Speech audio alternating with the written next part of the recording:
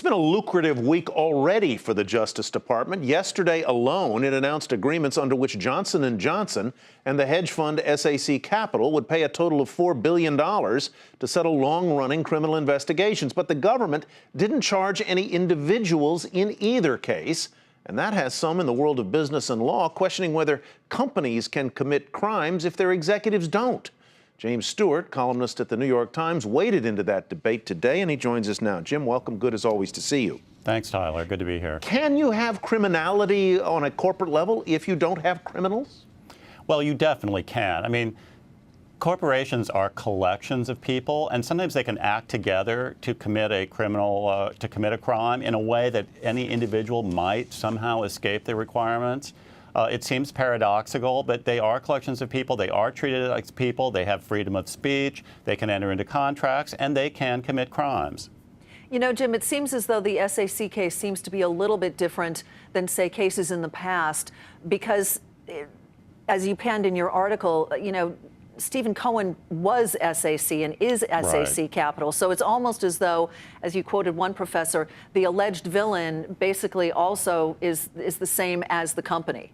Right, that's an important point. Since 100% of SAC was owned by Stephen A. Cohen, and he's the head of the company, he is the fines, the $1.2 billion and the $600 million, they're coming out of his net worth. And that's significant, although he's still going to be a billionaire. You look at a Johnson & Johnson, you look at the investigation of J.P. Morgan, these are public companies, and these become much more difficult cases because people say, well, wait a minute, the shareholders are the ones paying these fines, and they didn't know anything about it. They didn't do anything wrong. Why should they have to suffer?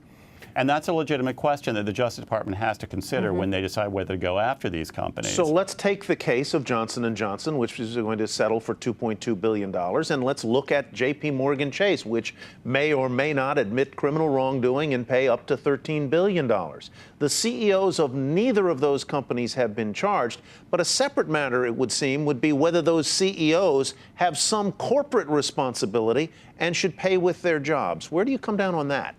Well, it depends on the facts in each case. You know, the CEOs always say, well, the buck stops here. But the buck stopping there usually means, as has happened to J.P. Morgan, I'm not as familiar with Johnson & Johnson, but they step in and they fire some people lower down the chain. Sometimes they're way down the chain. And then the upper level people continue to draw their salaries and bonuses. Now, Jamie Dimon did take a pay cut. He has at least gone symbolically through a mea culpa over these incidents. And ultimately, it's to the board to decide if they have to go farther. I think an interesting case was the head of UBS after it racked up a similar number of transgressions, many of them quite serious. The chief executive was not directly implicated, wasn't charged with any crime, but he stepped down. He said, look, the buck stops with me. I take responsibility. I'm resigning. Was he pressured by the board? I don't know, but at least there was public accountability there. But it has to be decided on a case-by-case basis. It depends on the seriousness of the offense.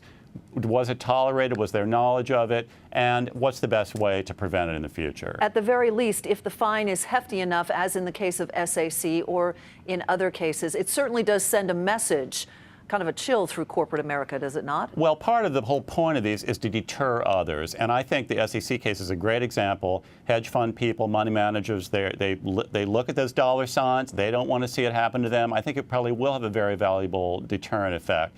And even with the shareholders, they say, well, you know, they don't deserve to pay this. But if they are having to sacrifice some earnings, some gains on the stock, in theory, they may pressure the board to do something to hold people accountable and, if necessary, to remove CEOs in the case. That, at least, is how shareholder democracy is supposed to work.